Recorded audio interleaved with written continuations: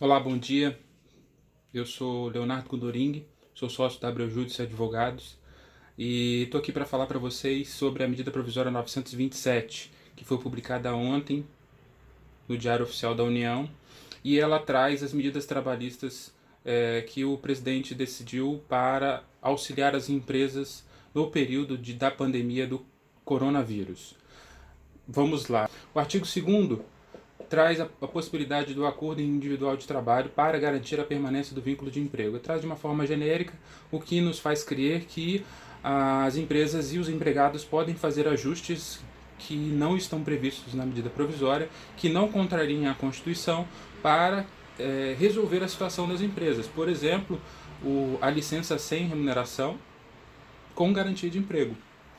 E além de outros arranjos que podem ser feitos entre empresa e empregado. O artigo 4º e o artigo 5º trazem o teletrabalho por determinação do empregador. Diferente do que a CLT traz, para o período da calamidade, a empresa pode determinar aos seus empregados, naqueles cargos que cabem o teletrabalho, a alteração do regime, sem que necessariamente haja a concordância do empregado. E ele pode voltar desse regime também por determinação do empregador, desde que as notificações para entrada e para saída sejam feitas no prazo de 48 horas. E o contrato de trabalho, a alteração do contrato de trabalho que seria necessária neste caso, antes da mudança do regime, pode ser feita até 30 dias depois da entrada do regime de teletrabalho.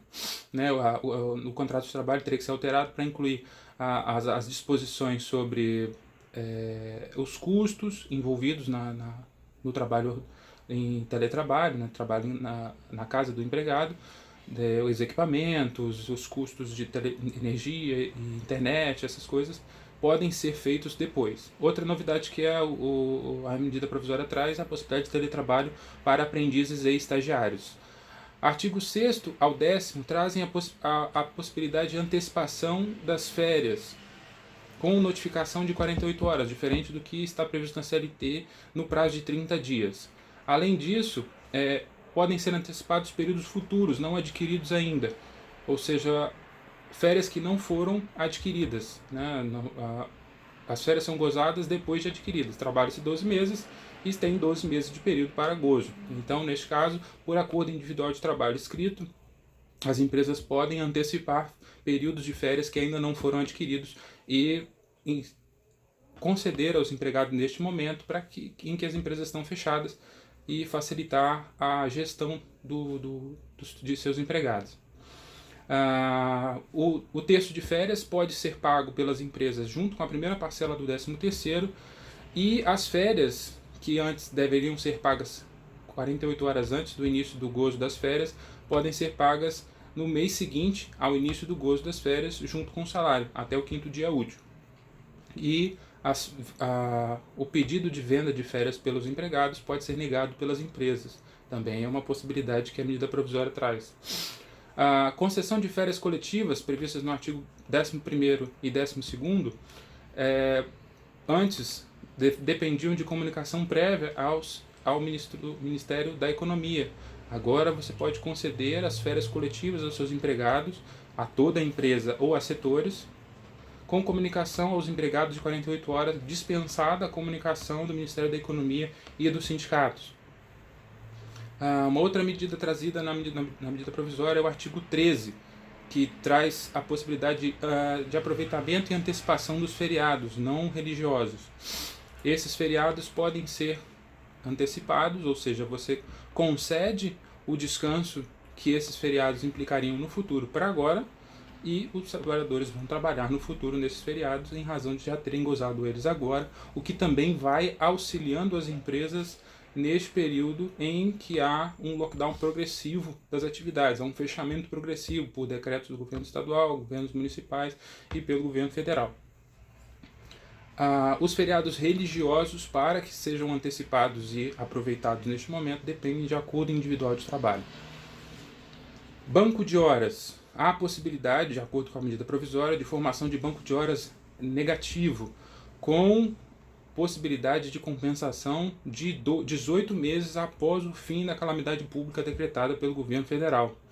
Ou seja, neste período, os empregados vão ficar em casa, vão continuar recebendo as horas que eles estão acumulando no banco de horas de forma negativa, ou seja, as horas a compensar, poderão ser compensadas no futuro, num prazo de até 18 meses, o que vai ser ajustado por acordo individual de trabalho.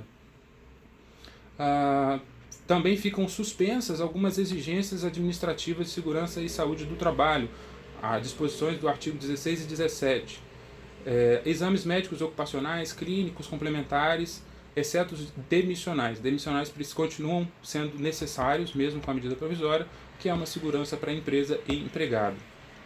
Além disso, treinamentos ficam suspensos e podem ser feitos por ensino à distância. Então, o empregado estiver em casa, gozando de algum... aguardando o trabalho, pode fazer o treinamento à distância.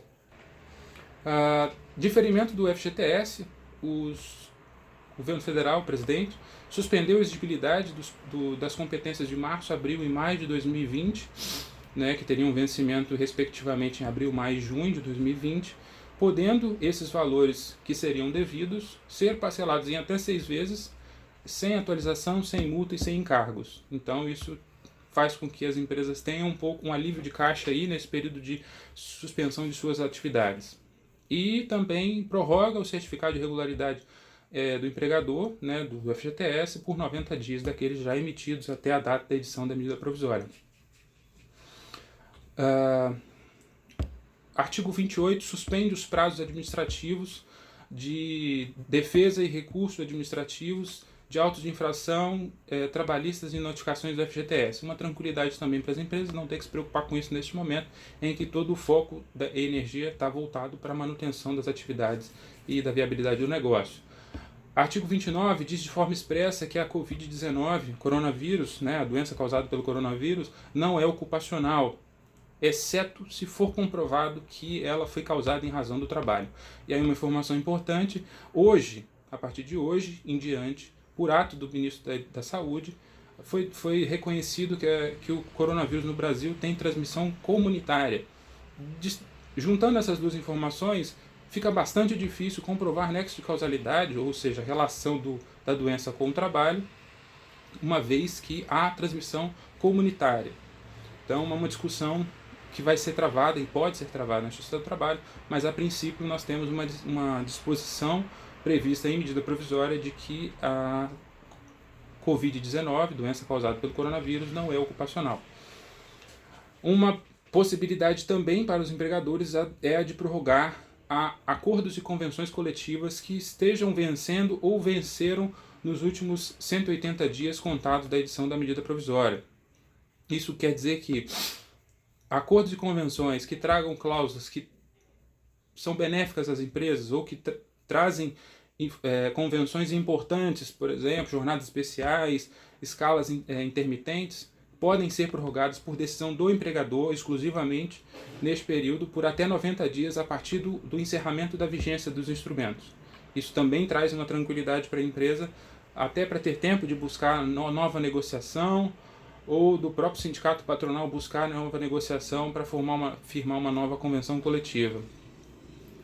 Determinação do presidente de que os auditores fiscais do trabalho atuem de forma orientativa no período de 180 dias. Ou seja, neste período, a partir da vigência da medida provisória, num prazo de 180 dias, os auditores fiscais do trabalho vão atuar de forma orientativa. Não vão autuar, exceto em caso de denúncia de empregado sem anotação na carteira, acidente de trabalho com morte, trabalho análogo escravo, trabalho infantil. Então, uma tranquilidade a mais para as empresas não terem que se preocupar com a conformidade das suas normas trabalhistas nesse período de muita confusão e muita dificuldade. E, por fim, um ato importante que veio na medida provisória é a de convalidação dos atos praticados pelas empresas nos últimos 30 dias em razão da pandemia do coronavírus. Ou seja, se você adotou medidas que estão em conformidade com esta medida provisória, eles estão convalidados, muito embora antes da medida estivessem eventualmente em desconformidade com a CLT. A medida provisória convalida esses atos, trazendo eles para dentro da legalidade. Então, essas são algumas mudanças trazidas pela medida provisória que visam municiar os empresários de instrumentos e medidas de mitigação dos efeitos econômicos da pandemia do coronavírus. Então, espero ter contribuído com o esclarecimento. Ficamos à disposição para qualquer outras dúvidas e auxílio nos instrumentos e nas medidas necessárias para a implementação das disposições da medida provisória. Muito obrigado, boa sorte a todos.